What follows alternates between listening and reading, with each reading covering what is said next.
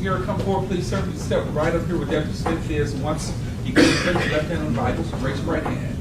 Do you solemnly swear or affirm the testimony you will give this case will be the truth, the whole truth, and nothing but the truth? So help you God.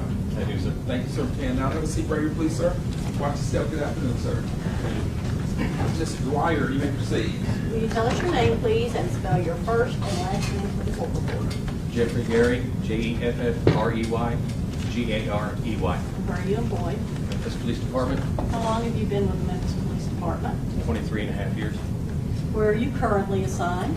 Crime Scene Investigation Unit, Where were you assigned August the 1st of 2015? Crime Scene Investigation Unit. What training do you have, or does one need do you have to be a crime scene officer? The basic 80-hour school is what I went through for crime scene investigation, which basically teaches us how to locate, identify, and collect evidence that may be related to a crime. You said you locate, identify, and collect evidence. Is that correct? Yes, ma'am. On TV, we see crime scene officers doing their own experiments. Is that real life? No, ma'am. But do you collect these things in order for real scientists, not that you're not a scientist, but for scientists to do these examinations on things? Yes, ma'am. There are certain items we collect that are sent off for forensic examination. And did you go to the scene on Summer Lane on August the 1st of 2015? Yes, ma'am. Do you remember what time you arrived? Not offhand, no. Okay. Was Officer Bolton still there when you arrived? No, ma'am. Okay. Is it routine for you to arrive at the scene of a crime as the first responding officers arrive, or is it routine for you to arrive sometime later? Routine, it's always afterwards. Okay. And why is that? The scene needs to be secured. Officers that do make the scene need to determine whether or not there is any type of potential evidence for crime scene to come out and process the case.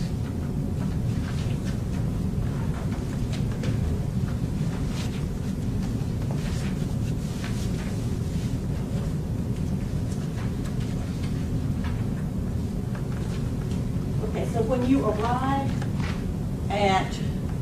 on Summer Lane, what was the first thing you did that night?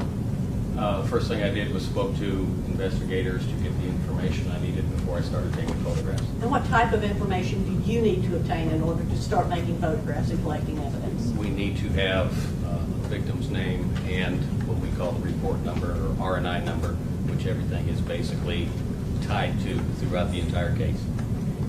And once you obtain that, what do you do?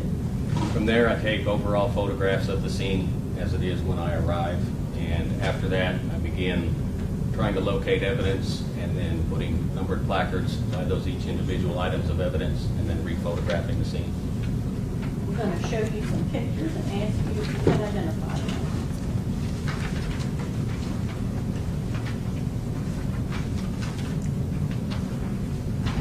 I'm just going to show you one because the other two are already marked. If I can pass this through. Yes, ma'am.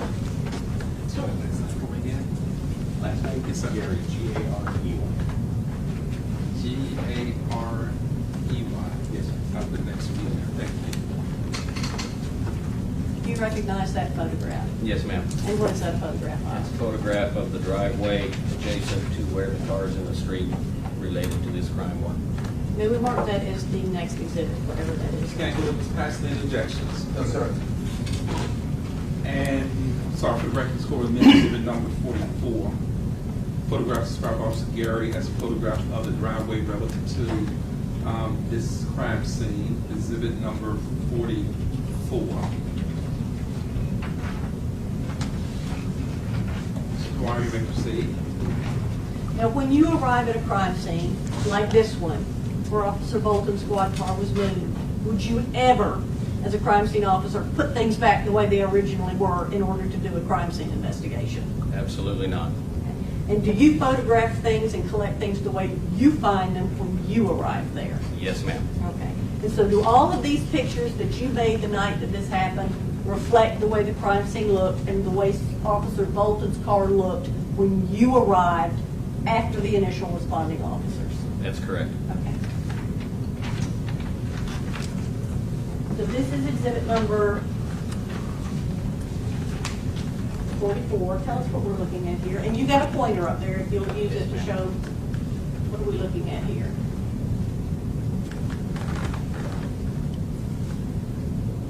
driveway adjacent to where the cars are at, the street, which runs, I believe, north-south.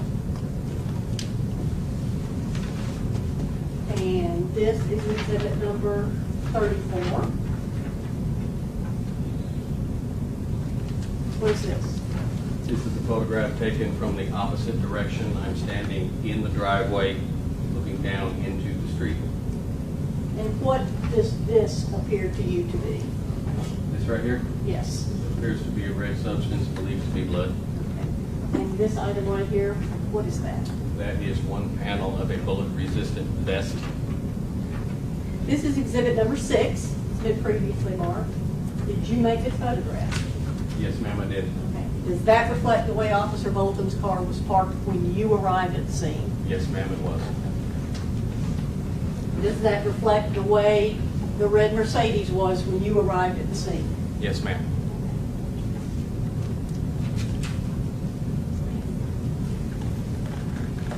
You said after you initially make photographs, you then do what? Locate potential evidence and then put numbered placards by them, photograph them again individually and collectively. And did you do that? Yes, ma'am. And I'll show you another exhibit and ask you if you recognize it.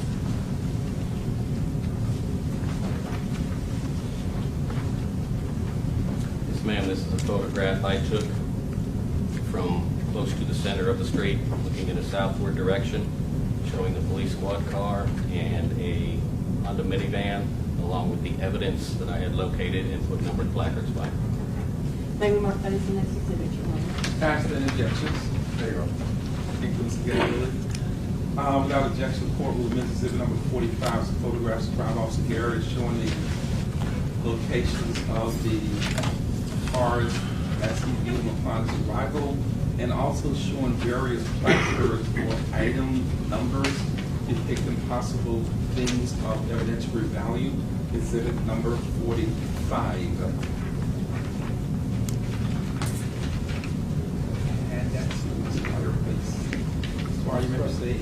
Thank you, Your Honor. And this is exhibit number 45. Yes, ma'am. Is that what the scene looked like when you arrived after you placed the placards by items of evidence? Yes, it is. Okay. And did you, well, not you personally, but did you and other officers of the crime scene prepare a key to show what each item is and where it was located? Yes, ma'am. Let me pass that forward to you and ask you if you can identify it.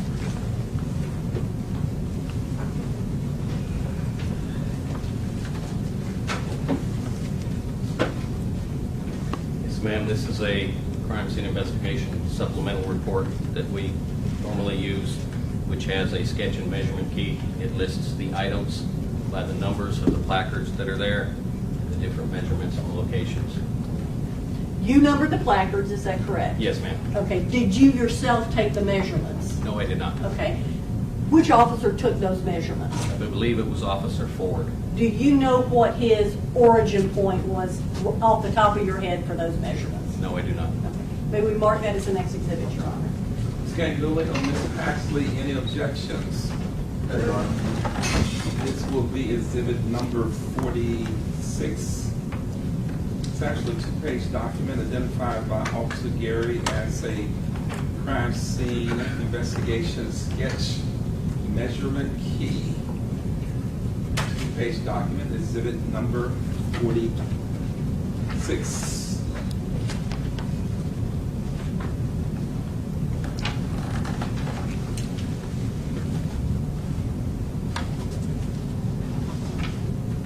And let me pass you 1, 2, 3, 5, 6 more photographs, and ask you if you can identify them.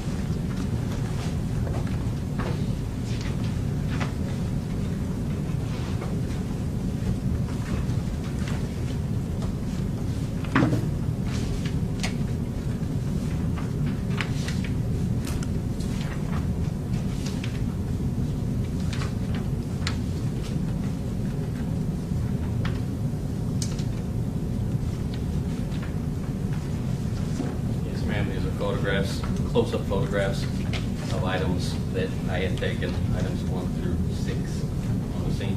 And do those represent the items that you tagged there on the scene? Yes, ma'am. May we mark those as the next exhibit, Your Honor? Ms. Gangle, any objections? No, sir. Without objection, the court will admit this exhibit number 47. Photographs showing item or placard number 1. Exhibit number 48 with photographs showing an item or placard number 2 representing something of value located at this scene or possible value. Item or placard number 2.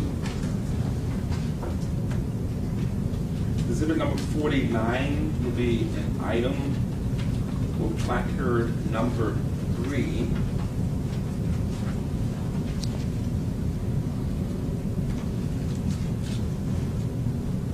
Exhibit number 50 will be a photograph showing item or placard number 4.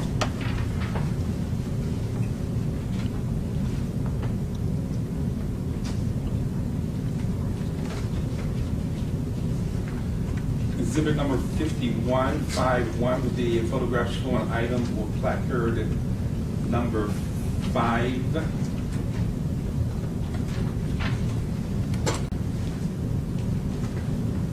Lastly, exhibit number 52 with photograph showing item or placard number 6. Exhibit 52.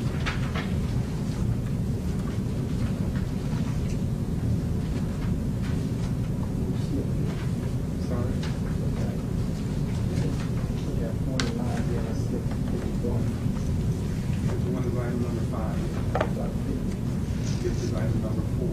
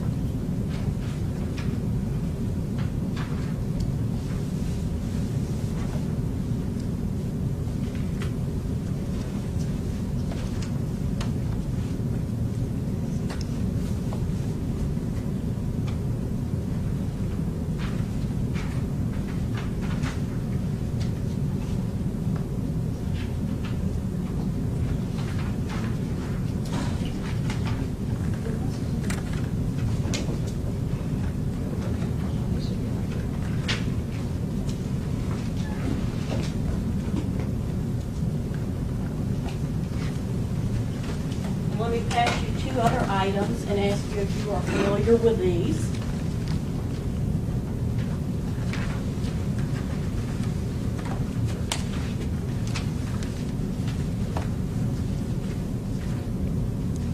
Yes, ma'am, these are computer-generated crime scene sketches And of were the they- location.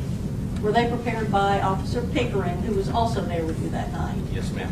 And do they accurately reflect the placement of where items that were recovered were located?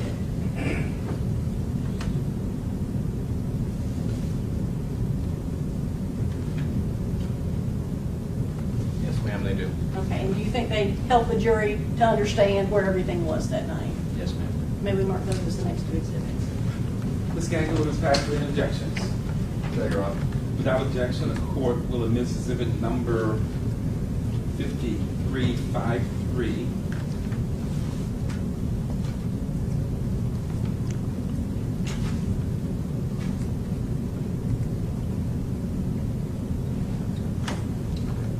described as a crime scene sketch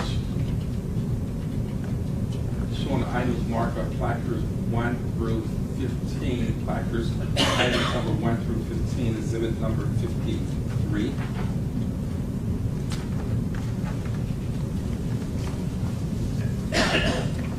Exhibit number 54 will be a crime scene sketch or diagram showing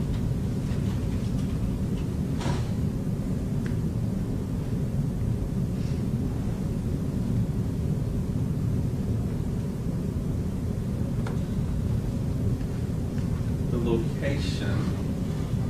Can I clear that up with this witness, Chair? Yes. That second diagram that only has some of the numbers on it. Got You got it reversed. Yeah, this is the original one, where arrows are pointing to the individual items that were on the scene. The first one that you listed is the The actual location of the item. individual bullet cartridges. Yes, sir.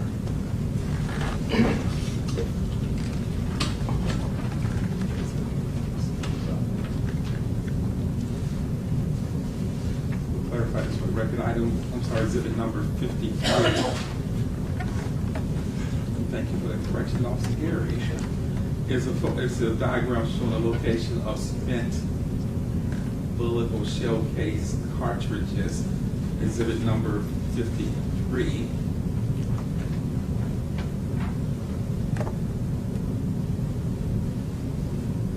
Exhibit number 54 would be a crime scene investigation sketch showing the location of items or placards 1 through 15. Exhibit number 54. Mr. Dwyer, you may proceed.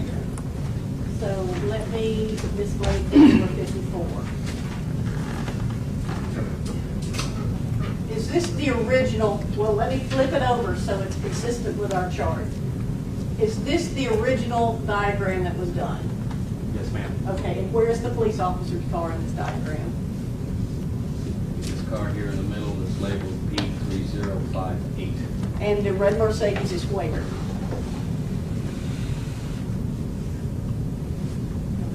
So there's arrows and circles and drawings pointing to where things were, and that was rather confusing. Is that fair to say? Yes, ma'am. Okay, so we went back and asked you to do exhibit number 53, which just shows where the cartridge casings or the casings were. Is that correct? Yes, ma'am. Okay. And if I can approach Yes, ma'am. and flip exhibit 11 around, Yes, ma'am. did you and Officer Pickering just now, out in the hall, put thumbtacks up where all those shell casings were? Yes, ma'am. Okay.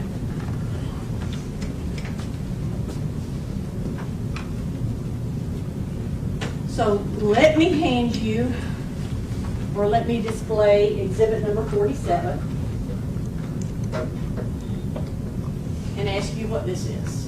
It's a close-up of item number 1, which is a spent 9mm bullet cartridge. And can you show us where it is on this diagram? And where is it on our big board?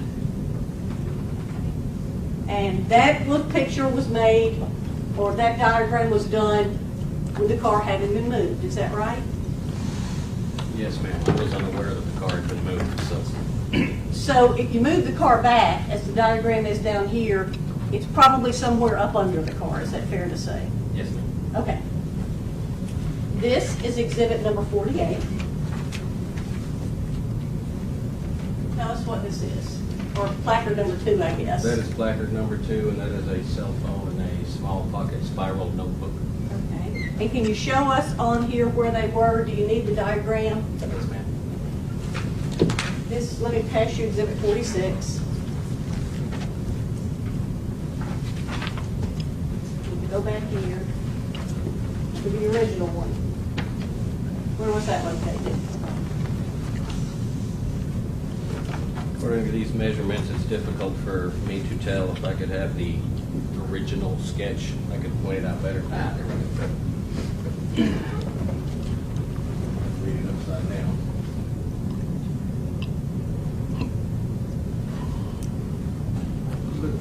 one. Right there, number 2. Yes, sir. So is it actually there, or is it, oh, it is actually there, isn't it? Or is it, wait, I'm confused. It's the cell phone and the spiral notebook. And so they are here, is that right? Yes, ma'am. Okay. And so where would that be on the diagram, the big board? Can you tell? Somewhere close to this area here.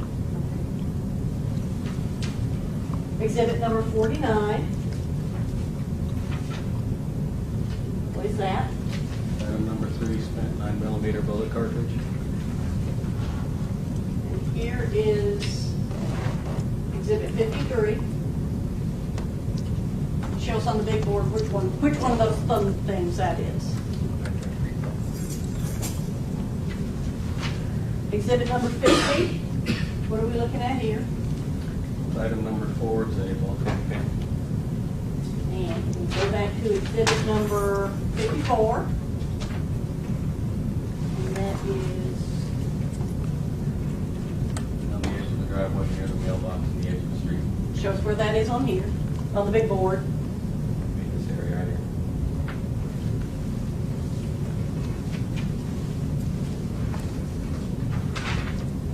Exhibit number 51. Item number 5, 1/2 of bullet resistant vest.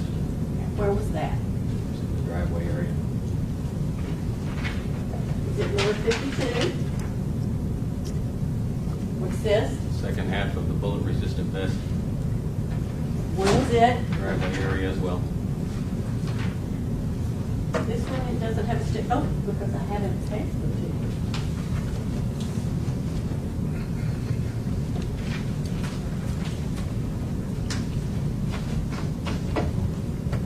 And pass forward.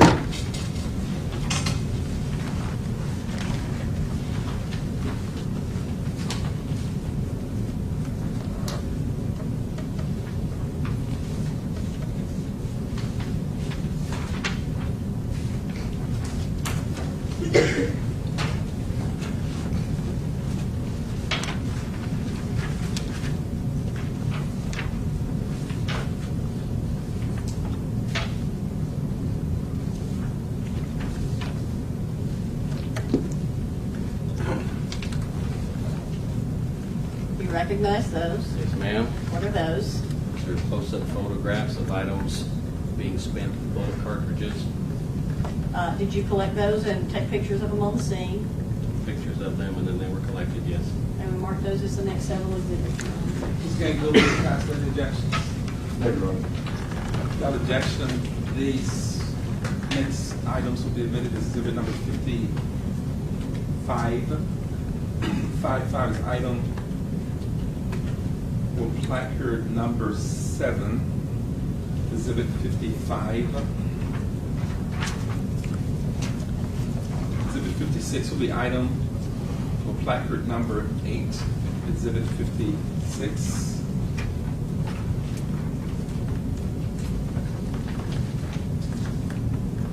Exhibit 57 with photographs showing item or placard number 10, exhibit number 57.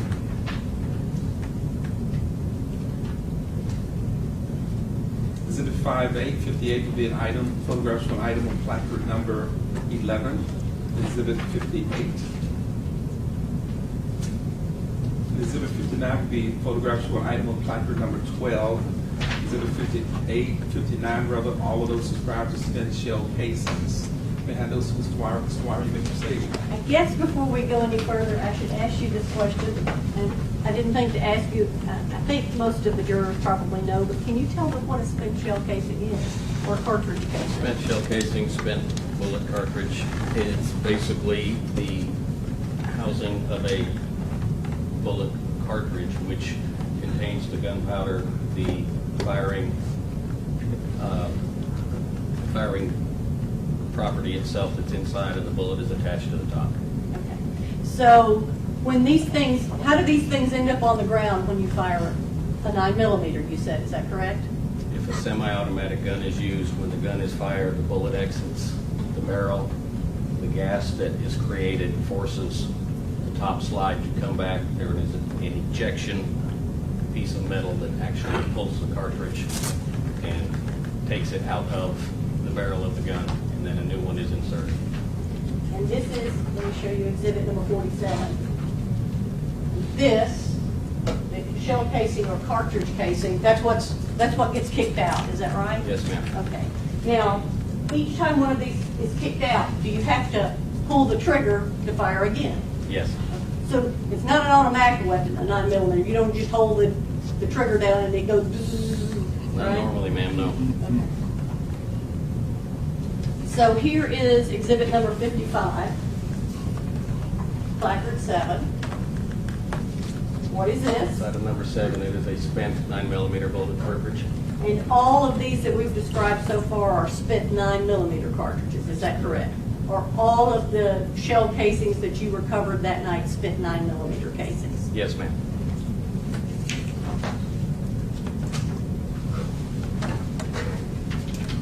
Okay, so show us where 7 is. 7's going to be the yellow one. And exhibit 56. What is this? Item number 8, spent 9mm bullet cartridge. And where would that be on the big board? Orange one just beneath number 7. Exhibit 57. What is this? Item 10, spent 9mm bullet cartridge. And back here. Where is 10 on the big board? It's going to be the one close to the arm pillar of the front door of the van. Exhibit number 58. Item 11, spent 9mm bullet cartridge. And movement. That would be where on our little diagram, or big diagram, I'm sorry.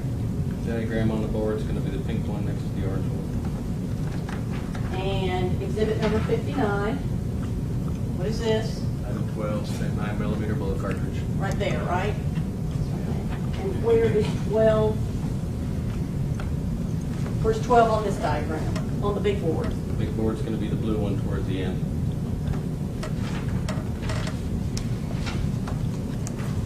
I'll pass you 3 more.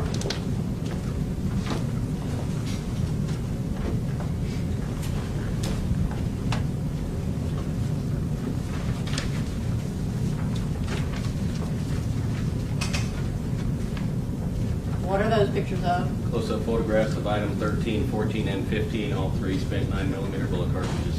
Did you collect them on the scene that night as well? Ma'am. They were marked those as the next 3 exhibits. And go with past late objections. There you are. Without objection, the court will amend exhibit number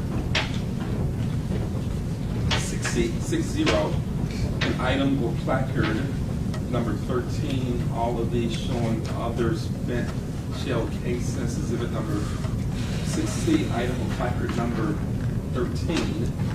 Exhibit number 61 will be item or placard number 14. Exhibit 62 will be item or placard number 15. Exhibit 62.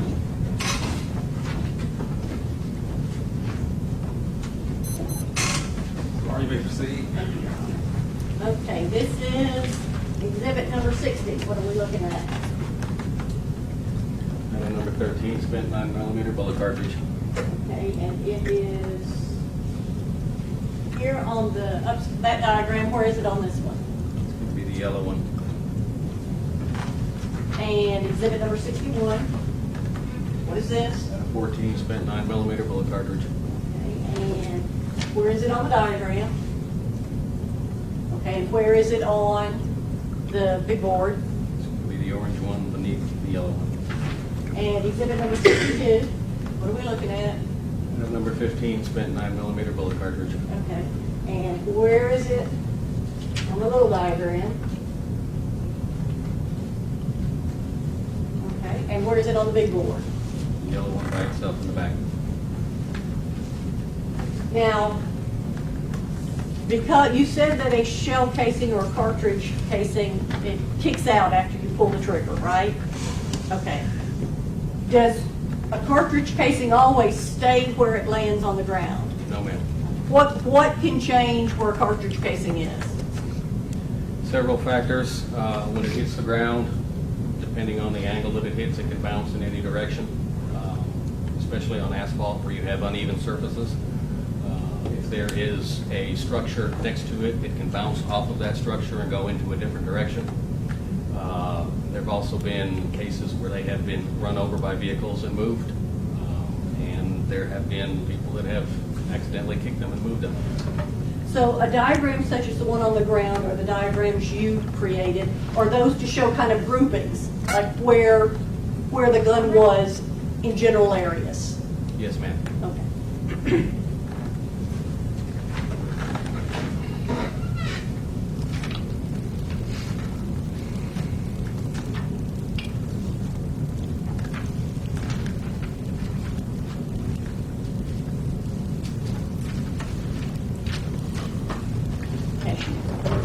Okay. More pictures.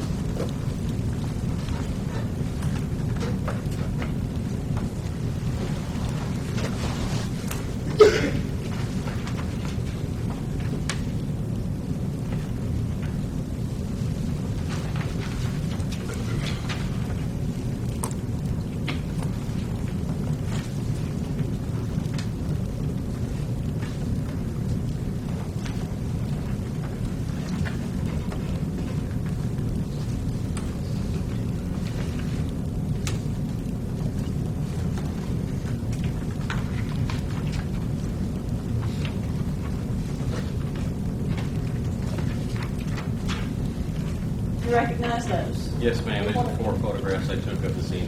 Okay. And do they accurately represent what you saw when you were there? Yes, ma'am. Okay. Now, mark those as the next several exhibits. That's the gang rule and objections. Yes, sir.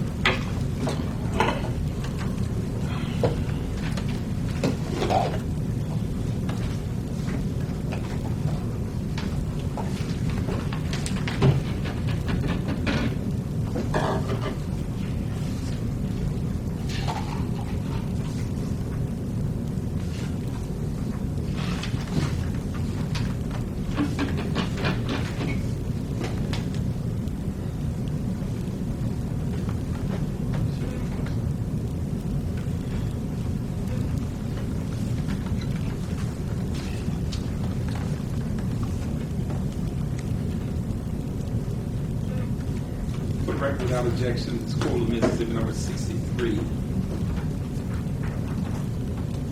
Photograph showing item or placard number 16. Exhibit 64. The photograph showing item or placard number 17.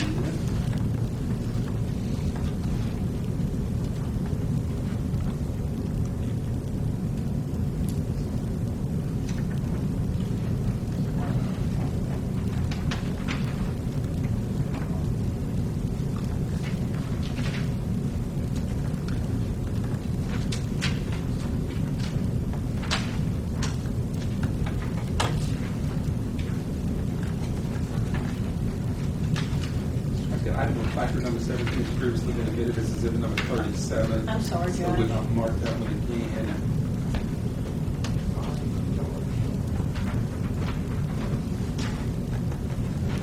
Exhibit 64.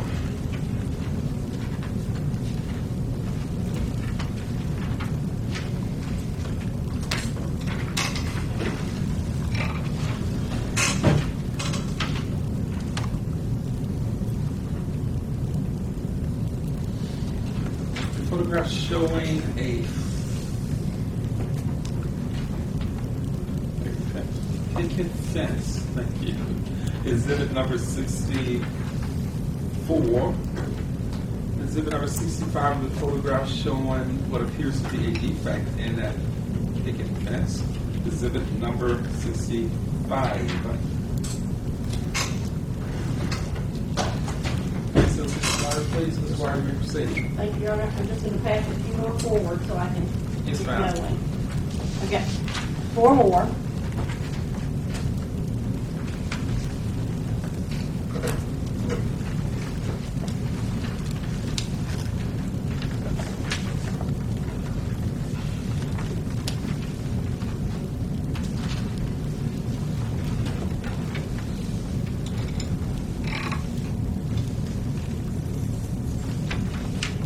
recognize those pictures? Yes, ma'am. Okay, what are those pictures of? These are 4 photographs I took of the scene showing different angles of vehicle location and the intersection of the street. Maybe we'll mark those as the next 3. Any objection, Mr. Gang? Yes, sir. Without objection, court will admit exhibit number 66. Photographs showing the intersections of Summerhurst. Street signs showing some intersections of Summerhurst and Summer Lane, exhibit 66.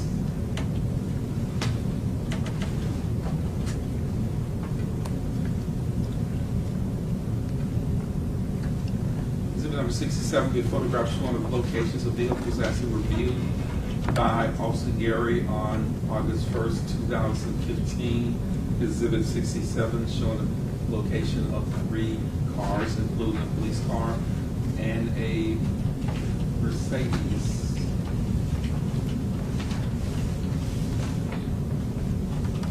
Exhibit number 68 will be a photograph showing a wider view of this crime scene is viewed by Officer Garey. Exhibit number 68.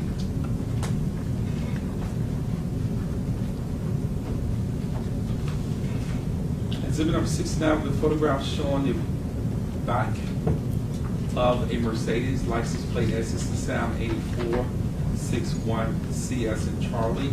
Exhibit number 69, a photograph of the back of the Mercedes. Mr. Dwyer, you may proceed. Thank you, Your Honor.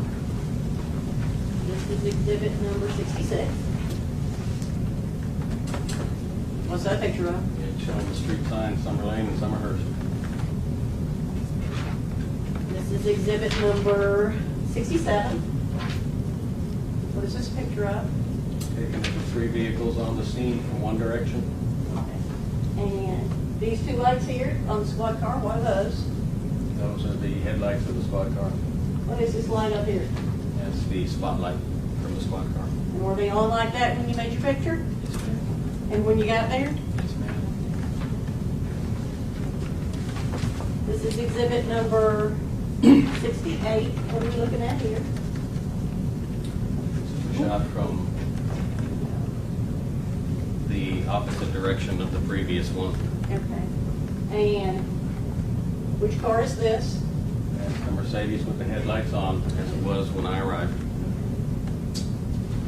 And this is exhibit number 69. It is a shot of the rear of the Mercedes showing the license plate and the front driver door open. Let me go back to exhibit number 68. What is this? What is this line that runs across here? Line across here, Yes, sir.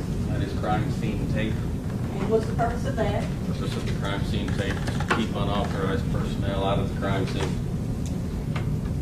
To preserve the integrity of it. Yes, ma'am. So this is exhibit number 63. What are we looking at here? Item number 63, mailbox 4871. This area right here, a yellow marker, circle a defect.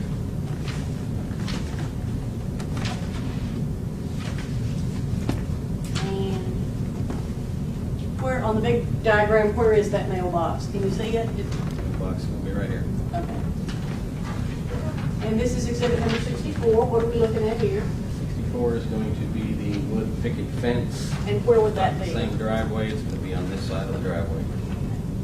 And can you tell, well, let me just show you exhibit number 65. What is that? 65, that's going to be appear to be a fresh circular defect on the fence itself, Consistent with a bullet, consistent perhaps? with a bullet strike. Okay. And where on the fence, if you'll show us here in this diagram, about where was that? In this area right here, about maybe a little over a third of the way up the driveway.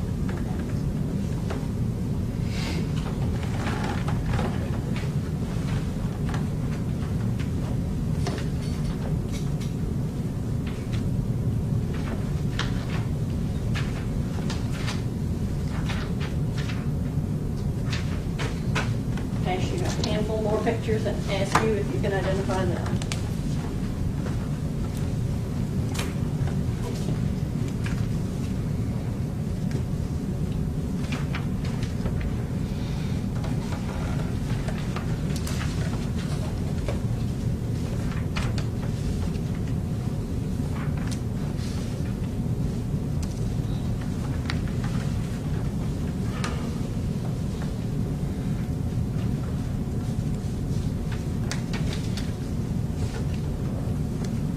you recognize those pictures? Yes, ma'am. Are they pictures you took that night? Yes, they are. Remember, mark those as the next several exhibits, Your Honor. Any objection, Mr. Ganger? No, sir. Without objection, the court will admit as exhibit number 7070. Photograph described Officer Garey showing what is the driver's side of a Mercedes with item or placard number 19 visible on the inside of the car. Exhibit number 70, item or placard 19, and the car itself. Exhibit 71 will be a photograph of this Mercedes showing the front view of the car with headlights on.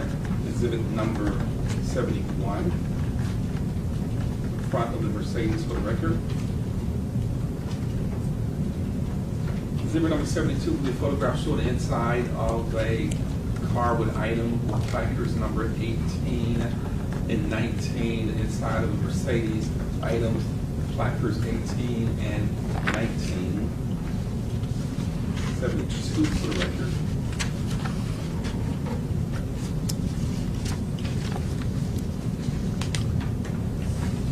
Exhibit number 73, the photograph showing a closer view of item or placard 18, exhibit number 73.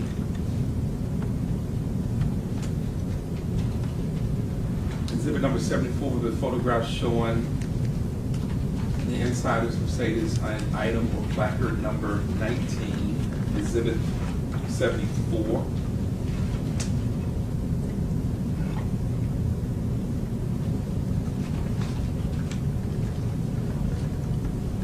Exhibit number 75 with a photograph showing the interior of this Mercedes.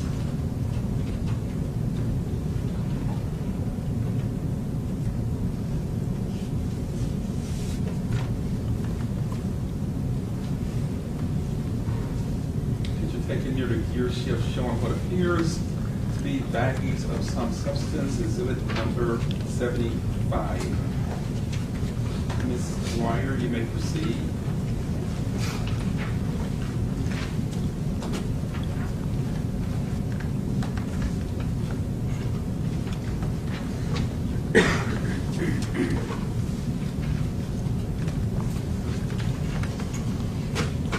Okay. Exhibit number 71. What are we looking at? Photograph of the front of the Mercedes.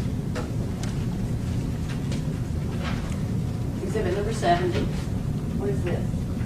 That side or driver's side of the Mercedes. Okay. What are, show us where the placards are on that Mercedes. There's one right here by the seat. There's one over there by the center console area. Is there one on top? Exhibit number 37. What are we looking at here? 37 is a close-up of the one on top of the Mercedes, the cell phone. Number 72. What are we looking at here?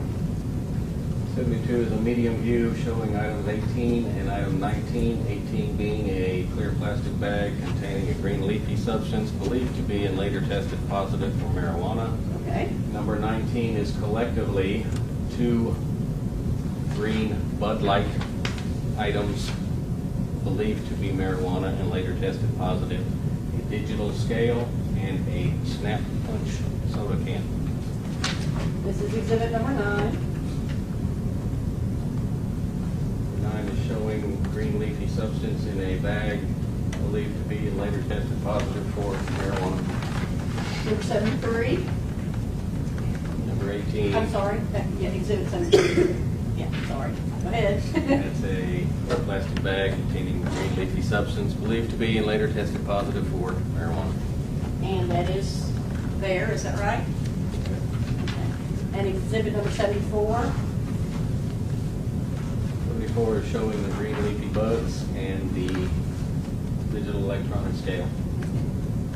And based on your experience as a law enforcement officer, what's the scale used for? It's used to weigh drugs. And exhibit number 75. What are we looking at here? 75 is going to be another green plastic or clear plastic bag of green leafy substance believed to be marijuana. Did you collect all of these items? All of the items were collected, yes, ma'am. Before you collected them, did you do anything to them?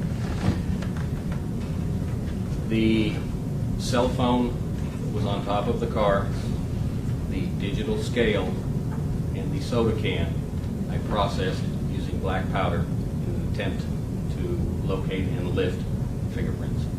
Explain to us how you do that, how you lift fingerprints. And first of all, have you been trained in how to do that as well? Yes, ma'am. Okay. How do you lift fingerprints? Fingerprints are lifted by what we call dusting, which is taking black fingerprint powder using a type of fingerprint brush, all different types of materials that can be made out of fiberglass, camel hair, some type of feathers on occasion. The powder is dusted over an area. Ridge detail is what we look for development of a fingerprint. Basically the lines that appear to be like the lines that are on your fingers. Once that is done, we take a piece of clear tape. It is placed over that print, pressed down so that the powder adheres to the print, and it's lifted up and placed on a blank card. Now, did you fingerprint everything out there that night? Not everything, no. Okay. Do you always find if I touch something, am I always going to leave a fingerprint? No, ma'am. Okay. So what type of surfaces do you, as an experienced crime scene officer, look for to find fingerprints? Best type of surfaces in order for a fingerprint to be worthy of collecting would be on a hard, non-absorbent surface. Smooth paint, glass, metal that has been polished or buffed, painted objects. You can also get them off of newspapers, magazines, items like that. And why don't you always leave a fingerprint when you touch something? Fingerprints are basically impressions of oil that has secreted from your hands or your feet. If there is oil present and you touch something, the possibility exists that you will leave a fingerprint. If obviously you're wearing gloves, you're not going to leave a fingerprint. If your hands are freshly washed, you're more than likely not going to leave a fingerprint. And the type of surface you touch as well has to do with whether or not you'll leave it. Is that why you chose certain surfaces to test for fingerprints? Yes, ma'am. Okay. What else did you, let me ask you one more fingerprint question. Just because you find a fingerprint, does that always mean that it's an identifiable fingerprint? No, ma'am. And what are things that you look for to determine whether a fingerprint is identifiable or not? Basically, what we as fingerprint technicians look for is what I explained as ridge detail, lines that have a definition to them, and there has to be a certain amount present in order for an identification to be made. Now, are you a fingerprint identification expert? Ma'am. Is Nate Gathright a fingerprint identification expert? Absolutely. Okay. What other things did you do? Collected the items that I placarded, took photographs. The defects that we saw on the fence, we attempted to follow that path to find a spent bullet, if there was one, and one could not be located. Did you swab anything for DNA? Yes, ma'am. Okay, tell us how you do that. Basically, what we do to swab for DNA, there's two types of DNA we swab for. One would be bodily fluids, which would be, say, for instance, blood. We will take a Q-tip swab that are sterile out of a package. If the substance is dried, we will use sterile water and put a drop on the Q-tip and then dab into that substance in order to have some of that substance adhere to the Q-tip itself. It's then placed into a bag. There is also what's called touch DNA, which is basically looking for skin cells that come off of your skins or hand or feet, anywhere you're going to lose skin, which you do all the time. Basically, you use two swabs. One is moistened, one is not moistened.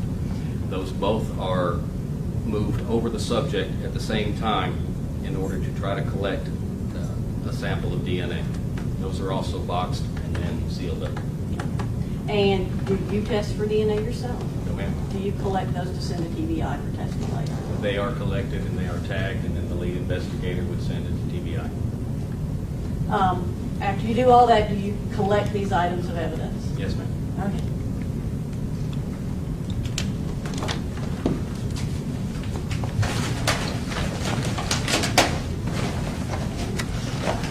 Let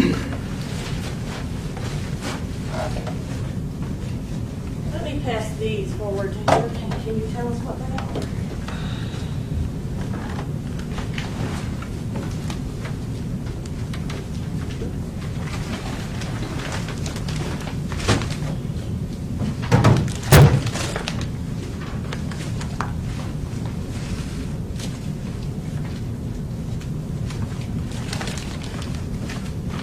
You can open it up. This is the back panel, the bullet resistant vest.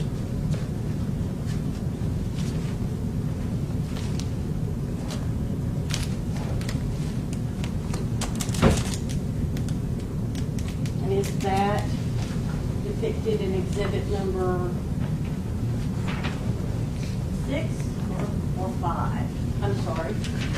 This is exhibit 52 and 51. Are these both pictures of that vest? Yes, ma'am. This is number 5. Okay.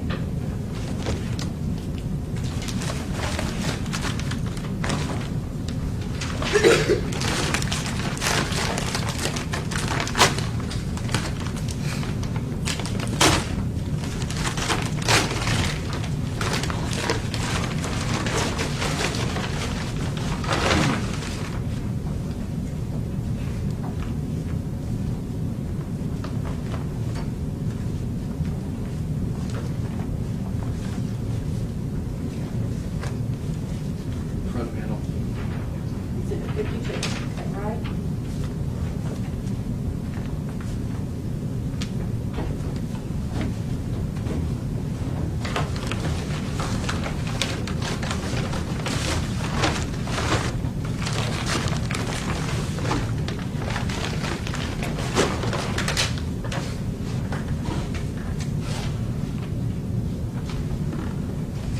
Pass this item forward to you. Second, please.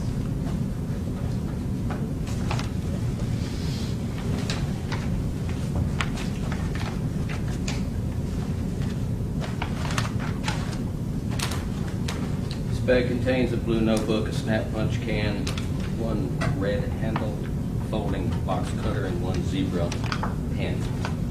One of those items that you collected from the red car. Yes, the pen was not collected from the car, neither was the notebook or the folding cutter. The snap punch can is the only thing in here that was collected from the car. May we mark the front and back panels, Your Honor, of the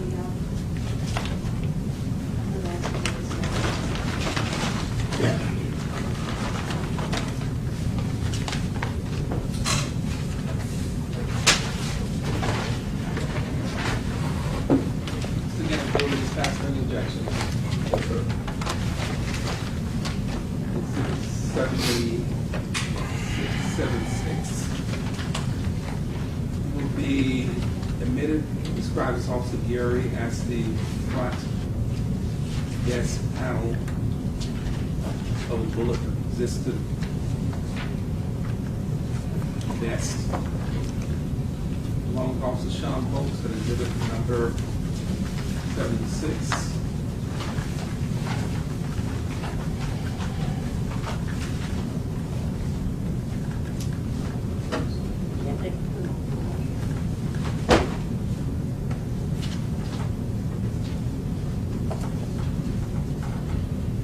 Exhibit number 77 will be a competent evidence bag and a contents hearing described Officer Garey as the back panel of a bullet-resistant vest. Belonging to Officer Sean Bolton. Exhibit 77, the back panel of the vest.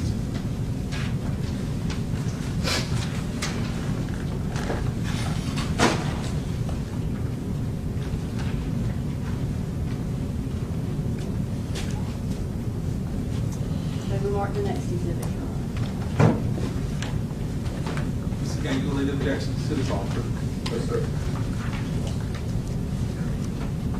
The record of exhibit number 78. Cartridge evidence bag containing what has been described as a blue notebook, a snap punch can, a folding box cutter, 1 zebra pen, Exhibit 78 notebook, can, box cutter, and a pen.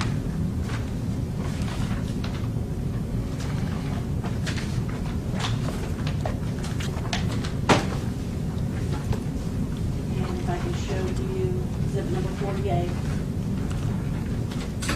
Is that the notepad here? Yes, ma'am. And exhibit number 2 would be here, is that correct, right here? Yes, ma'am. In front of the driveway where Officer Bolton was, is that right? Yes, ma'am. Exhibit number 50 is the pin. It's placard number 4 that he collected, is that right? Yes, ma'am. And placard number 4 is right here, is that correct? Yes, The ma'am. driveway by the mailbox. Correct. This is exhibit number 72. This is that much can in that picture.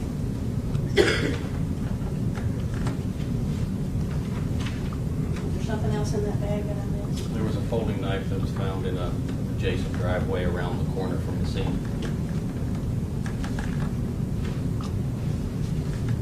Any idea whether that was related to this or not? No idea at all. Pass this forward to you and ask you to recognize it.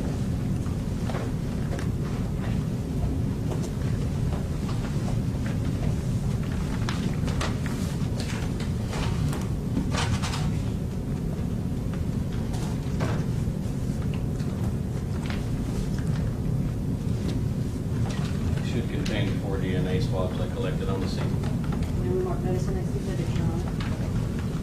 Ms. Gangley, objections? Yes, sir. Without objections, the court will dismiss exhibit number 79. It's property evidence envelope bag containing what has been described by Garey as 4 DNA swabs collected from Summer Lane and Summerhurst. Exhibit 79, property evidence bag and the contents therein, 4 DNA swabs.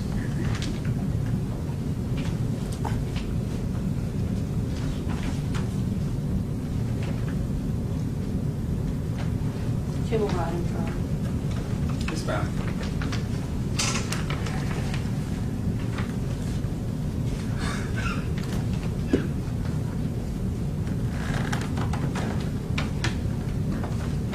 Do you recognize those 2 items? Yes, ma'am. This first bag contains the one, the name is Digits, D-I-G-I-T-I-Z, digital scale. The second one contains the clear baggies with marijuana. Now, you collected the marijuana that was visible in the car, is that correct? Yes. The car then later towed to the crime scene to Clink for someone else to inventory the vehicle. Yes, ma'am. Do you know whether or not more marijuana was found in that vehicle after that? I do not know. I didn't process it. But you collected what you could see on them, is that correct? Thank you, yes. Okay, maybe we mark those as the next 2 exhibits, Your Honor. Any objections, Mr. Gangley? Yes, sir. Without objection, the court will admit exhibit number 80. Property evidence envelope bag containing, as described by Officer Garey, a digital scale, digit D, as in Delaware, I-G-I-T-Z, as in zebra. Exhibit number 80, a digital scale. Exhibit number 81 was your property evidence envelope containing what has been described by Officer Garey as baggies of marijuana.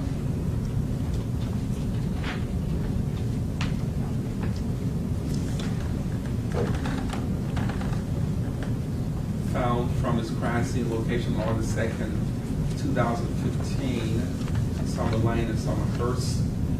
Exhibit number 81, the contents therein, baggies of marijuana.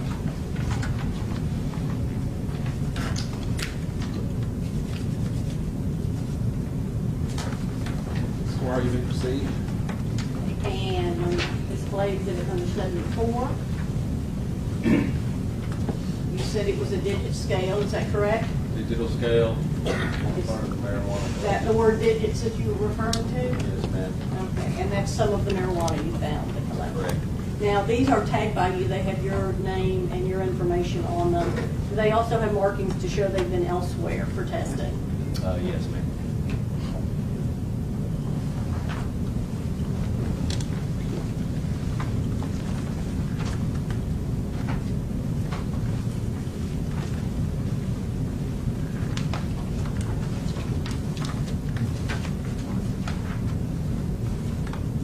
Do you recognize that? Yes, ma'am. This is And what an is that? envelope that I used to collect and tag 10 spent 9mm bullet cartridges. And are those the cartridge casings that are shown on this diagram lining the way between where Officer Bolton is and the back of that van? Yes, ma'am. And you might better connect it. Ms. Gangle, any objections? Yes, sir. Without objection, the court will admit as Exhibit 82, property and evidence envelope bag containing what's been described as 10 spent 9mm Luger shell casings, covered on August 1st, 2015. Summer Lane and Summerhurst. Exhibit number 82, 10 spent shell casings. And does this packaging also have your name on it, but indicate that it's been elsewhere for testing? That's correct. Now, was that the totality of your involvement that night, as far as you remember? Yes, ma'am. Okay, was that the totality of your involvement in this case? Yes, ma'am. Are you sure? Did you process a car that belonged to Desperate Ivory? If I can see my crime scene report, it will probably refresh my memory.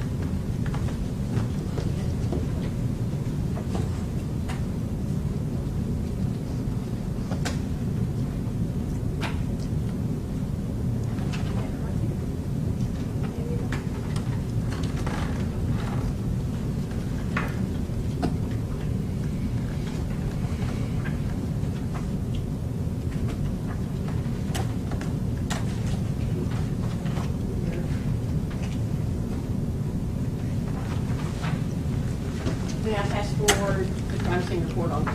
Yes, ma'am. Did you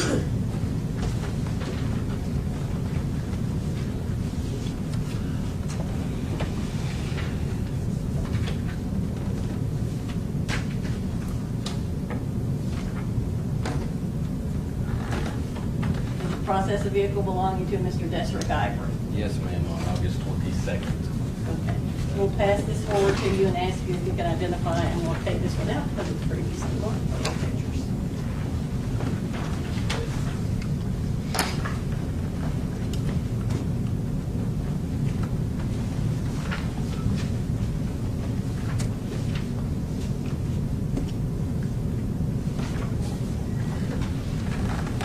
Do you recognize those? Yes, ma'am, these are 3 photographs that I took at the crime scene office of the Honda vehicle. And when we say process the vehicle, what does that mean? Basically, we do the same thing with the vehicle as we do on the scene, photograph the vehicle as is. In most cases, we will process the exterior for latent impressions or fingerprints to start with. Then we will go ahead and go inside, we'll photograph the interior, and then attempt to locate and or collect any items of evidence that might be inside the vehicle itself.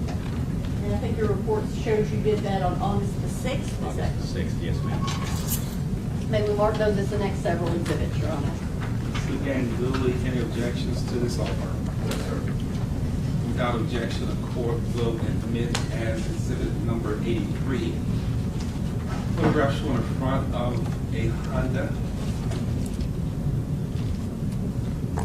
Identify Officer Garey's car in the process of photograph belonging to Mr. Desperate Ivory, Exhibit number 83.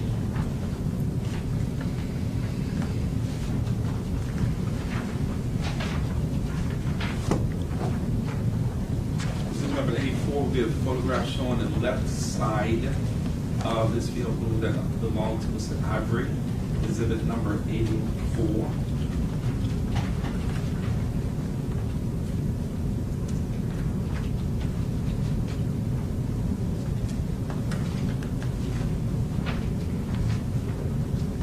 Exhibit number 85 is a photograph showing the back of the Honda. Identified as driver is this car, license plate U27-19K.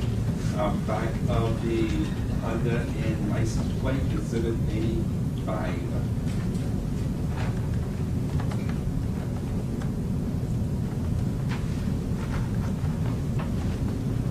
Sorry, Mr. Proceed. Is this exhibit number 40? Is this the car that you collected DNA and fingerprints on? Yes, ma'am, it's the west side of the Honda, And exhibit 83, this is a picture of it too. front of the Honda. Do you know what this line is right here? To me, it appears like it came from a windshield wiper that was broken and scratched the windshield. Exhibit number 84, also a picture of it, is that correct? Yes, ma'am. And exhibit number 85, showing the rear of that vehicle, is that Rear correct? vehicle, yes, ma'am. And you, on that car as well, took DNA swabs and fingerprints in an attempt to identify whoever been in that car, is that Yes, ma'am. correct? Any other items to note about that car? Do not believe so.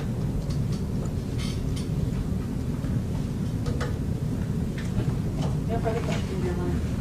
That's why, thank you. Mr. Gangle, you may proceed. No questions. Council Garey. This has been a difficult day for you. I want to thank you for being present for today, sir. We're going to see you bring further testimony on this case and be safe, sir. Thank you, sir.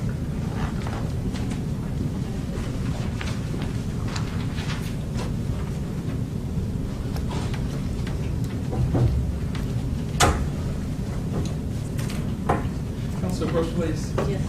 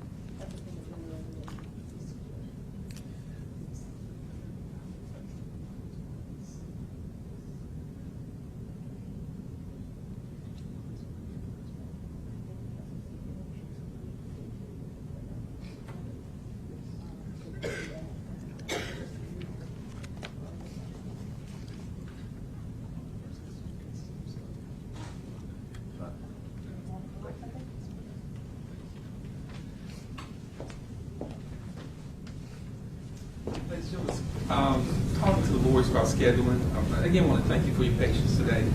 The next witness they might take a bit of time, and I think your reservations were there are at 6 o'clock tonight. So this would be an appropriate time to stop for the evening, make sure you get out of here and get to dinner and get checked into your hotel. Let me know how your accommodations are. Let me know if the food is still digestible. And let me know if the deputies treat you better. And I'll see if I can put 9 o'clock tomorrow morning. I think we have 2 cases on the docket. We tried to keep the docket very low this week because, again, on a normal week, we might have anywhere from 40 to 60 cases set. And we're trying to get this case tried to be as efficient as we can. Do not discuss the case with anyone. Do not discuss the case amongst yourselves. And I'll see you back before 9 o'clock tomorrow morning. Thank y'all. You follow Deputy Phillips, please.